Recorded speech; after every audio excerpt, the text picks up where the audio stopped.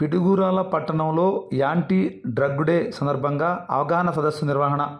ఇక పూర్తి సమాచారం మేరకు పల్నాడు జిల్లా గురజాల నియోజకవర్గం పిడుగురాల పట్టణంలోని మన్యం పుల్లారెడ్డి హై స్కూల్ నందు యాంటీ డ్రగ్ డే సందర్భంగా విద్యార్థులకు బుధవారం మధ్యాహ్నం 2 గంటల సమయంలో అవగాహన సదస్సు నిర్వహించడం జరిగింది.